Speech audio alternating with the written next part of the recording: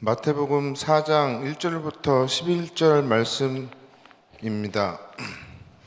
그때 예수께서 성령에게 이끌리어 마귀에게 시험을 받으러 광야로 가사 40일을 밤낮으로 금식하신 후에 줄이신지라.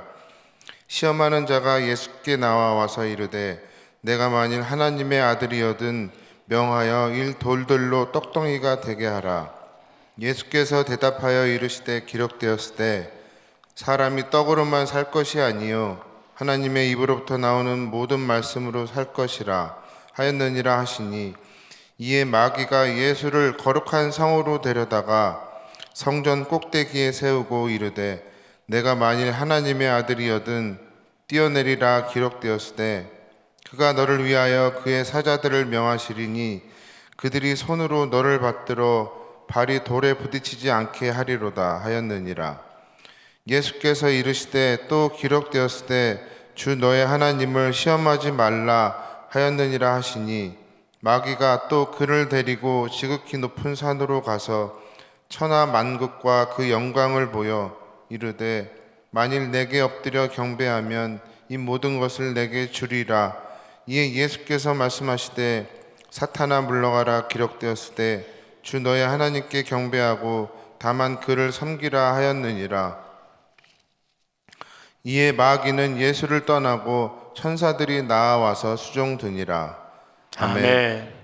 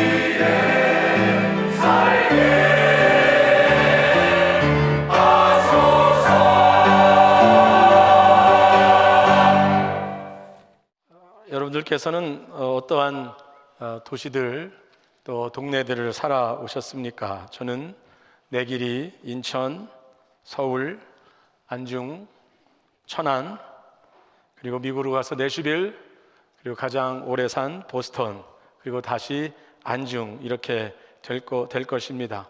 각 장소마다, 동네마다 제 삶의 이야기들이 묻어 있습니다. 여러분들의 살아오신 그 장소에는 어떠한 이야기들이 있으신지요? 그 장소들, 그곳에서의 삶의 이야기들은 여러분의 삶이, 여러분이 누구신지를 드러내고 이해하는데 아주 중요한 부분들이 될 것입니다. 저희는 그렇게 예수님께서 사역하신 장소들을 따라가면서 예수님이 어떤 분이신지를, 주님께서 말씀하시고자 하셨던, 보여주시고자 하셨던 하나님의 구원은 무엇인지를 예수님의 장소를 따라가면서 살펴보려고 합니다. 지난 주일에는 처음 예수님께서 그 공적인 사역을 위하여서 세상에 나타나신, 세례를 받기 위하여 오신 요단강에서의 세례받는 사건에 관하여 말씀을 드렸습니다. 오늘은 요단강에서 세례받으신 직후에 이제 광야로 가십니다. 광야로 이끌림을 받으셔서 그곳에서 사탄의 마귀의 시험을 받으십니다. 예수님께서 시험 받으신 유대 광야의 위치는 오늘 지도를 잠깐 보여주신다면 요단강 밑에 이제 예루살렘과 사해 사이에 있는 그 지역, 또 예루살렘 밑에 있는 베들레헴과 그 사해 사이에 있는 그 지역이 황량한 광야 지역입니다. 그래서 예수님께서는 요단강가에서 세례를 받으시고 그 광야로 이끌리시어 광야에서 40일간 금식하시며 마귀의 시험을 받으셨습니다. 지금도 그 지역은 여전히 광야로 되어 있는데 사진을 한번 보여주시면 그 광야 너머의 사해, 아까 예루살렘과 사해 사이가 광야인데 저 멀리 사해가 보이는 그 지역에 여전히 저렇게 광야로 되어 있습니다.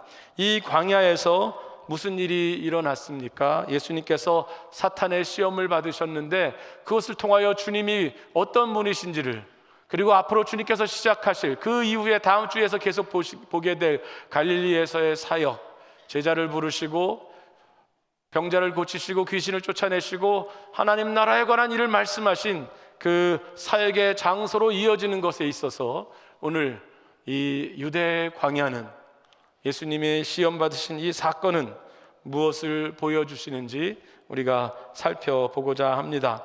오늘 이 말씀은 좀 길게 예수님이 이기신 시험에 관해서 말씀을 드리고, 또 두 번째로 예수님이 세우실 나라를 보여주고 있으며, 그리고 이 말씀 속에서 유대 광야 사건을 통하여서 예수님을 따르는 우리는 어떠한 삶을 살아갈 것인지를 살펴보겠습니다.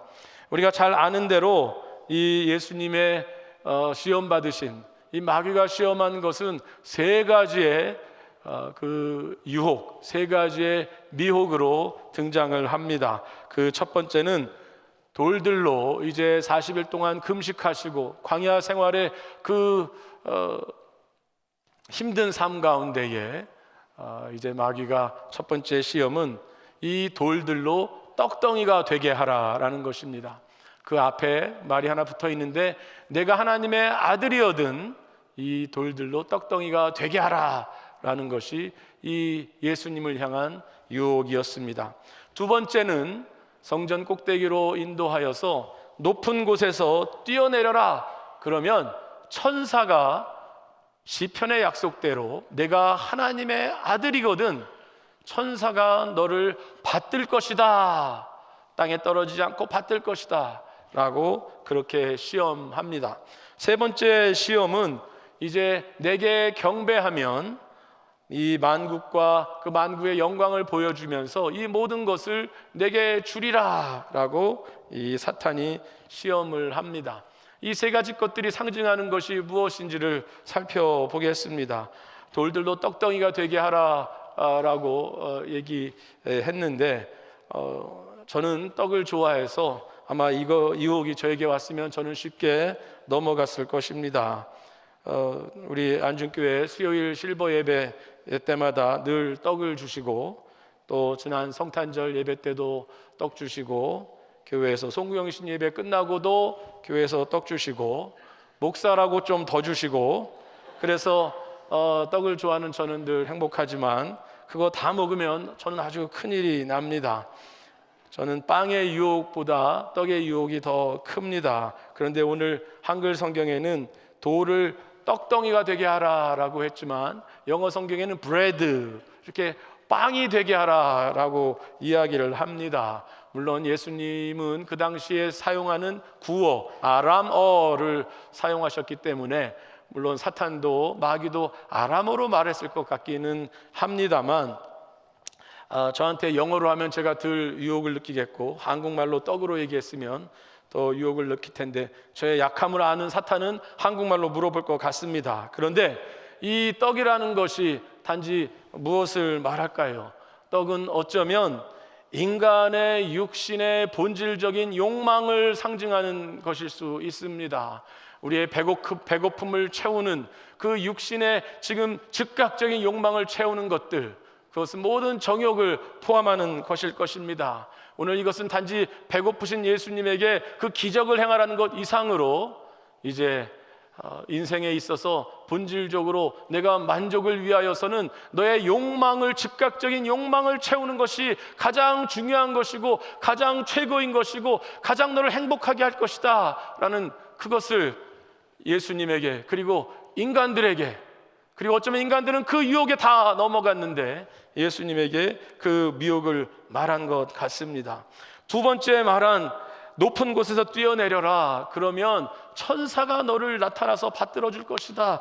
그것은 그 예수님께서 기적을 행하시는 것을 말하는 것 같기도 하지만, 그러나 그것 속에 담겨 있는, 그렇다면 이 성전 광장에 모여 있는 수많은 사람들이 내가 하나님의 아들인 것을 나중까지 갈 것도 없고 여기에서 내가 하나님의 아들인 것을 그것을 통하여 증명할 것이고, 사람들은 환호할 것이고 너의 명예는 높아질 것이고, 그것을 말하는 것 같습니다. 너의 명예가 높아지고 너의 권력은 더 확실하게 보장될 것이다 라는 것을, 그 유혹을 가지고 뛰어내려라, 천사가 너를 섬길 것이다, 그렇게 말한 것을 보면 어쩌면 인간들에게 가지고 있는, 사람들이 너에게 얼마나 환호하는지, 얼마나 많은 인기가 있어야 하는지, 얼마나 많은 명예가 너의 삶을, 그것이 있어야 너가 바른 삶이고 너가 가지고 있는 천사가 수종될 것만큼 그 권력이 있어야 하지 않는가, 그것이 삶을 참되게 이끄는 것이다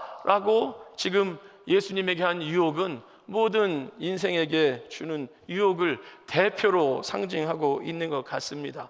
세 번째 이야기한 내게 경배하면 천하 만국과 그 영광을 다 주겠다. 지금 이제 이 직전까지 하나님의 아들이여든이라고 얘기했지만 예수님은 거기에 그것에 넘어가지 않으셨을 때에 아예 노골적으로 이 모든 것을 주겠다는 그것을 보여주며 시험합니다. 그것은 무엇일까요?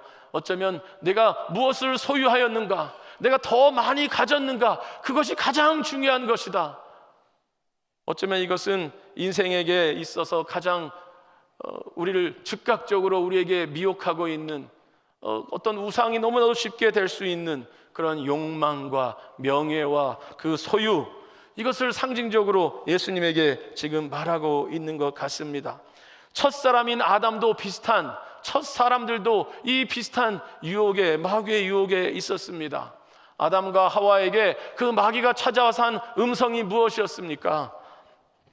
그것은 다른 말로 하면 너는 하나님에게 속고 있어. 너는 열등한 존재야. 너는 지금 하나님이 너에게 거짓말을 이유는 하나님 무엇을 감추고 있는 것이고, 너가 이것을 먹어야만 너는 하나님처럼 될 거야. 지금 너의 삶은 가치 없는 삶이야. 하나님과 같이 되는 삶이 돼야 돼.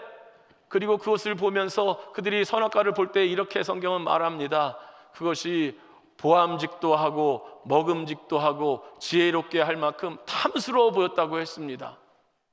즉각적으로 보여지는 그 욕망, 그리고 자신이 어쩌면 열등한 존재라는, 자신의 존재가 가치가 없다는 것 속에서 그 욕망을 건드렸을 때 그 하나님과 같이 되려는, 그러나 이미 그들의 삶은 사실 하나님이 지으신 완벽한 아름다운 관계 가운데 있는데, 지금 이 소유와 권력과 명예, 즉각적인 욕망에 따르는 그 가운데에 그들은 그것을 따라 행동했고, 그 결과는 그들에게 있는 최대한 행복이 아니라 그들은 숨었고, 그들은 자기 자신을 감추었고, 서로를 비난했고, 그리고 이 땅과 투쟁하는 관계가 됐고, 온전한 하나님과의 관계, 그 통치에서 벗어나서, 그 하나님 나라에 벗어나서 쫓겨난 존재로 살게 되었습니다. 그것이 첫 번째 인간, 그리고 그 인간의 자손인 모든 인간들의 모습인 것이지요. 그러면 예수님, 두 번째 인류를 대표하시는 하나님께서 보내신 예수님은 그 사탄의 세 가지의 시험들을 어떻게 이기셨습니까? 첫 번째, 돌들로 떡덩이가 되게 하라는 이 말씀에 대하여 예수님은 이렇게 대답하십니다. 사람이 떡으로만 살 것이 아니요 하나님의 입으로부터 나오는 모든 말씀으로 살 것이니라.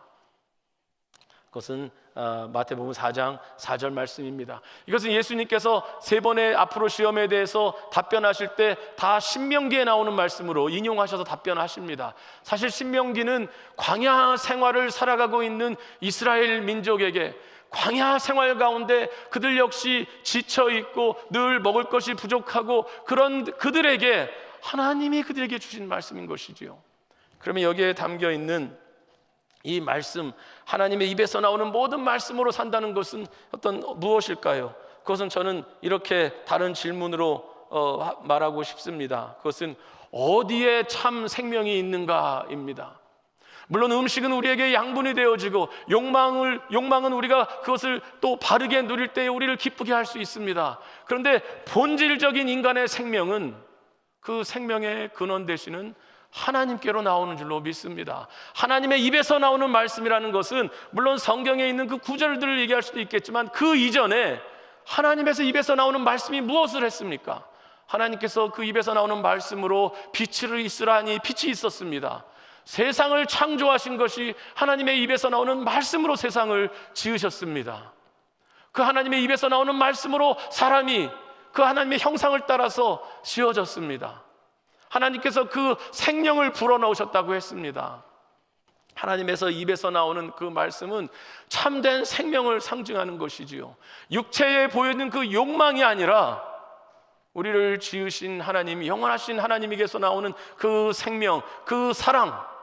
특별히 오늘 예수님은 하나님의 입에서 나오는 말씀이 비록 신명기를 인용한 것이지만, 하나님의 입에서 방금 전에 이 유대 광야에 오기 직전에 요단강에서 들은 하나님의 입에서 나오는 말씀이, 예수님은 지금도 이 사탄의 음성, 사탄의 소리, 이 소리 속에서 하나님의 음성, 하나님의 소리를 기억하고 있을 것입니다. 하나님은 뭐라고 지난주에 말씀하셨습니까? 요단강에서 너는 내 사랑하는 아들이라, 내가 너를 기뻐하노라.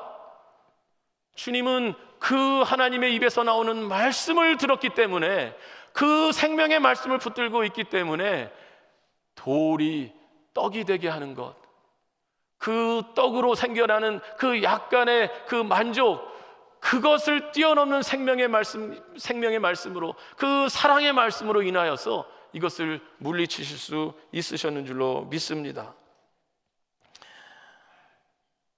하나님의 입에서 나오는 말씀이라는 것은 생명이 하나님과 연결되어졌고, 그것은 우리의 삶의 의미와 목적, 그 근원 되시는 하나님과 연결되었다는 것이지요.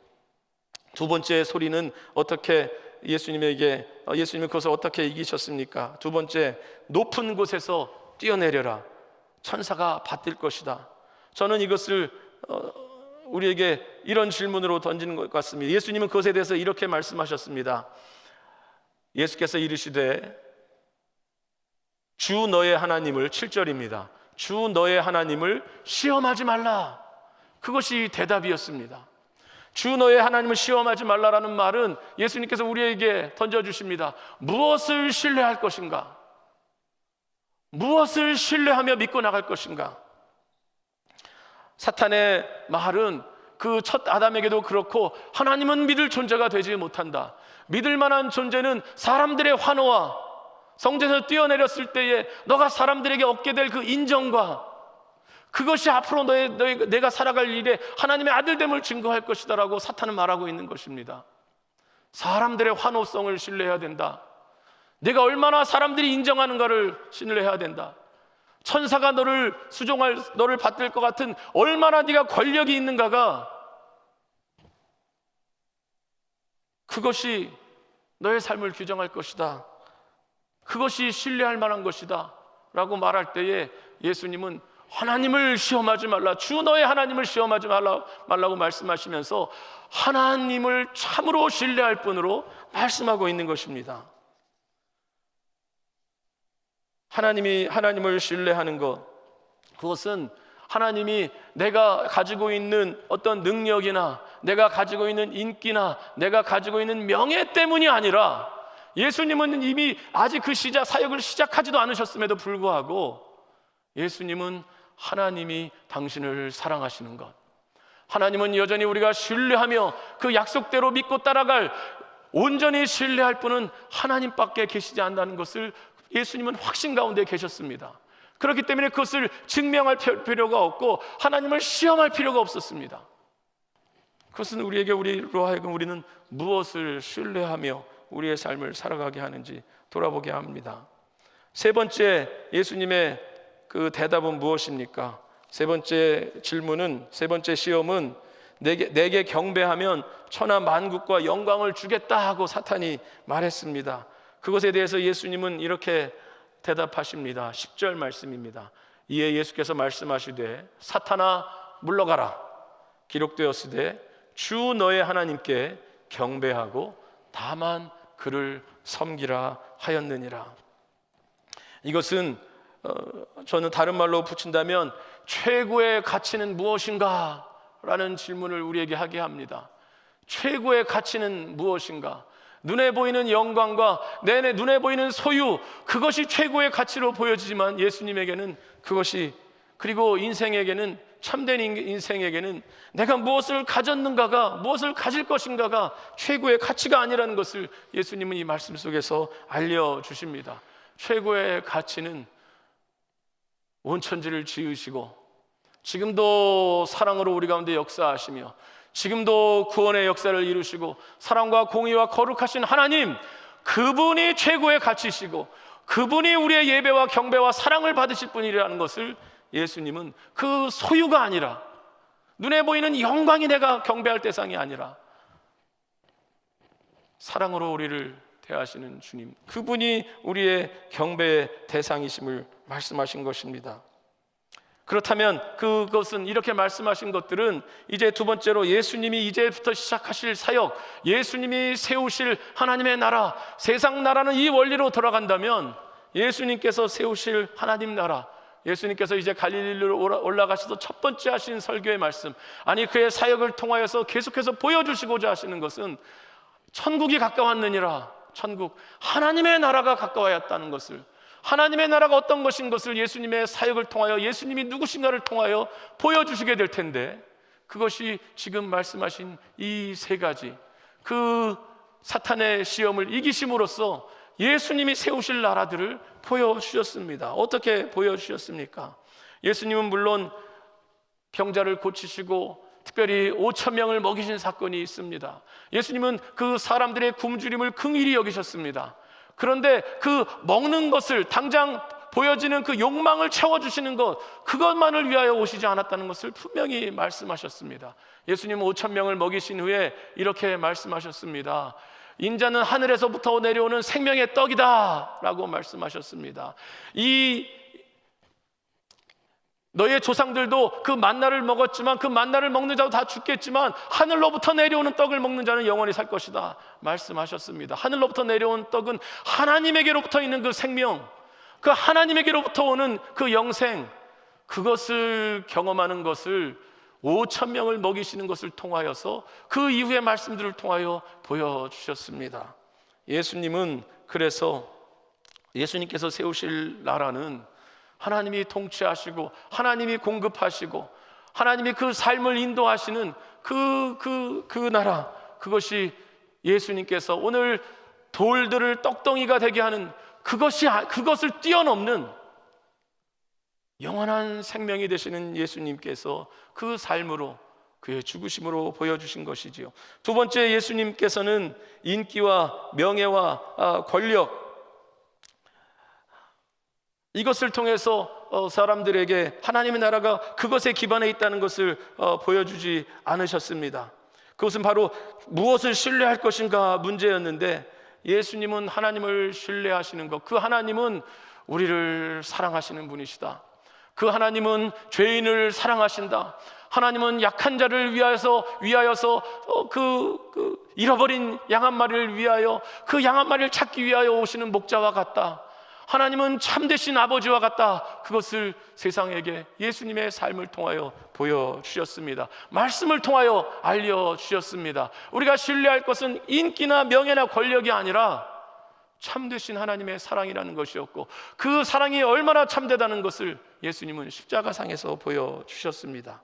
세 번째로 예수님께서 앞으로 하실 그 시험을 이기신 예수님께서 앞으로의 또 사역 가운데 세 번째로 보여주신 것, 최고의 가치가 무엇인가를 보여주셨습니다. 최고의 가치는 하나님 앞에 살아가는 것이고, 하나님을 예배하며 살아가는 것이고, 하나님과의 그 생명의 관계 가운데 살아가는 것이고, 하나님의 말씀을 순종하며 살아가는 것이고, 그것이 십자가에서 죽기까지 나타나셨습니다. 그리고 그것을 통하여 하나님이 사랑하시는 그 인간들이 존귀하다라는 것을 또한 보여주셨습니다. 그리고 이 모든 것들의 핵심이 되어지는 것들, 이 모든 것들의 핵심이 되어지는 것들은 십자가 사건을 통하여 마지막에 예수님께서 보여주실 그 십자가 사건으로 모든 것이 이어지게 됩니다. 오늘 읽은 말씀의 마지막 말씀은 11절, 이에 마귀는 예수를 떠나고 천사들이 나와 수종드니라, 이렇게 말씀이 끝납니다. 똑같은 예수님의 그 광야에서의 시험 사건을 다루고 있는 누가복음 4장 13절은 그 말씀을 이렇게 말하고 있습니다. 마귀가, 누가복음 4장 13절입니다. 마귀가 모든 시험을 다 한 후에 얼마 동안 떠나니라. 얼마 동안 떠나니라 라고 말한 이야기는 그 마귀가 다시 예수님께 찾아온다는 것이지요. 어쩌면 그것이 그 마귀의 유혹의 소리, 내가 하나님의 아들이거든 돌덩이를 떡이 되게 하라, 내가 하나님의 아들이거든 성전에서 뛰어내리라 하는 그 하나님의 아들이거든 했던 그 질문이 예수님의 십자가상에서 예수님을 죽이고자 하는 사람들을 통하여 예수님은 그 소리를 다시 듣습니다. 마태복음 27장 40절은 이렇게 말합니다. 십자가상에서 달려있는 예수님, 그 처절함 속에 있는 예수님에게 내가 만일 하나님의 아들이거든, 내가 만일 하나님의 아들이거든 자기를 구원하고 십자가에서 내려와라. 그것은 예수님께서 광야에서 들은 질문과 같은 것이었습니다. 내가 하나님의 아들이거든 증명해라. 내가 하나님의 아들이거든 내가 이렇게 무능하지 않았는 것을 보여줘라. 그런데 예수님은 그 십자가상에서 마지막으로 하신 말씀이 무엇입니까? 7마디의 말씀을 하시는데 그 누가복음 23장 46절 마지막에 하신 말씀은 이것입니다. 아버지여, 내 영혼을 아버지 손에 부탁하나이다. 예수님은 그 십자가상에서도 세례 때 들으셨던 이는 내 사랑하는 아들이요 내가 너를 기뻐하노라, 그 음성을 들으시면서 예수님은 사역을 하셨고, 십자가상에서도 사람들이 내가 하나님의 아들이거든 증명하라는 그 말 속에서 십자가를 내려오지 않으시고 죽기까지 아버지 손에 당신의 영혼을 맡기시면서 하나님 아버지와의 관계 가운데에서 순종하심으로 십자가상에서 우리를 위하여 죽으셨습니다. 그렇게 죽으셨을 때에, 죽음으로 순종하셨을 때에 죽음 가운데 부활하여 생명으로, 그리고 그 부활의 생명이 우리를 향한 하나님의 사랑의 결과이며 사랑의 내용인 것을 우리에게 보여주셨습니다. 그리고 우리도 그 생명과 사랑을 힘입게 하셨습니다. 예수님을 따르는 우리들, 그러면 우리는 이 광야 사건을 통하여 예수님의 시험에서 이기신 것을 보면서 우리는 어떠한 믿음을 가져야겠습니까? 요한복음 1장 12절은 이렇게 말씀합니다. 영접하는 자, 곧 그 이름을 믿는 자들에게는 하나님의 자녀가 되는 권세를 주셨으니, 하나님의 자녀가 된다는 것은 예수님처럼 하나님을 우리가 아버지로 부르는 것이고, 예수님이 들으신 이는 내 사랑하는 아들이요 내 기뻐하는 자라는 음성을 우리가 듣는 것입니다. 그렇게 될 때에 우리가 주님의 십자가에 달리신 그 주님이 나를 위한 죽음이심을 알고 그 죽음 앞에 우리를 맡겨드리며 그 예수님의 죽음이 나를 살리는, 그 영원한 생명으로 나를 살리는 것을 받아들일 때에 우리도 무엇이 욕망 가운데 살아가는 것 아니고, 그것이 다인 줄 알고 사는 것 아니고, 인기와 명예가 우리의 본질적인 우리의 가치가 있는 것으로 확인하지 않고 내가 얼마나 많은 것을 가지느냐에 따라서 내가 불안해하거나 두려워하거나 다른 사람을 시기하거나 늘 저주하거나 늘 불만 가운데 살지 않고 우리가 예수 그리스도를 믿고 그 주님의 죽으심에 그 죽으심이 나를 위한 죽으심이었음을, 그분의 놀라운 사랑이, 그분의 놀라운 부활이 나를 위한 것이고 내가 이 세상에 그 어떤 것도 의지할 것 아니고 우리 주님의 죽으심, 주님의 살아나심, 그리고 하나님이 나를 지으심, 하나님이 나를 동행하심, 하나님이 나의 아버지 되심을 우리가 믿고 따른다면 우리도 동일하게 그 주님의 승리가 우리의 승리가 되게 될 줄로 믿습니다. 요한복음 1장 14절은 이렇게 말씀합니다. 말씀이 육신이 되어, 예수님께서 하나님의 입으로 나오는 모든 말씀으로 살아야 한다고 말씀하셨는데 어쩌면 그 하나님의 입으로 나오는 그 말씀이 육신이 되었다고 했습니다. 예수님께서 그 하나님의 생명의 말씀의 그 현현이 예수님이 되셨다는 것이지요. 말씀이 육신이 되어 우리 가운데 거하심에 우리가 그의 영광을 보니 아버지의 독생자의 영광이요 은혜와 진리가 충만하더라. 우리의 삶 가운데 우리가 주님을 따르면서 우리가 그 주님을 우리의 구주로 고백하면서 나가실 때에 그 안에 발견되는 놀라운 하나님의 은혜, 놀라운 하나님의 은혜, 놀라운 진리, 그 놀라운 영광, 사탄이 보여주고자 하는 것, 사탄이 유혹하는 것, 그것을 뛰어넘는 영원한 영광과 영원한 생명, 그 가운데 우리도 살아가게 되리라 믿습니다. 그리고 그 가운데 우리도 여전히 하나님이 우리에게 들려주시는 너는 내 사랑하는 아들이라, 내가 너를 기뻐하노라, 그 음성에 만족하고 그 음성에 순종하고 그 음성을 세상 속에 전하며 하나님 나라를, 예수님께서 세우시는 하나님 나라를 우리도 죽기까지 순종하면서 살아가게 될 줄로 믿습니다. 우리 그 예수님을, 믿음의 주에 온전케 하시는 예수님, 은혜와 진리가 충만하더라, 독생자의 영광이라고 한 그 예수님을 우리 찬양하면서 우리의 삶을 살아가시겠습니다. 이 시간 우리 31장 찬양하라 복되신 구세주 예수, 예수님을 찬양하고 우리 함께 기도하는 시간 갖도록 하겠습니다.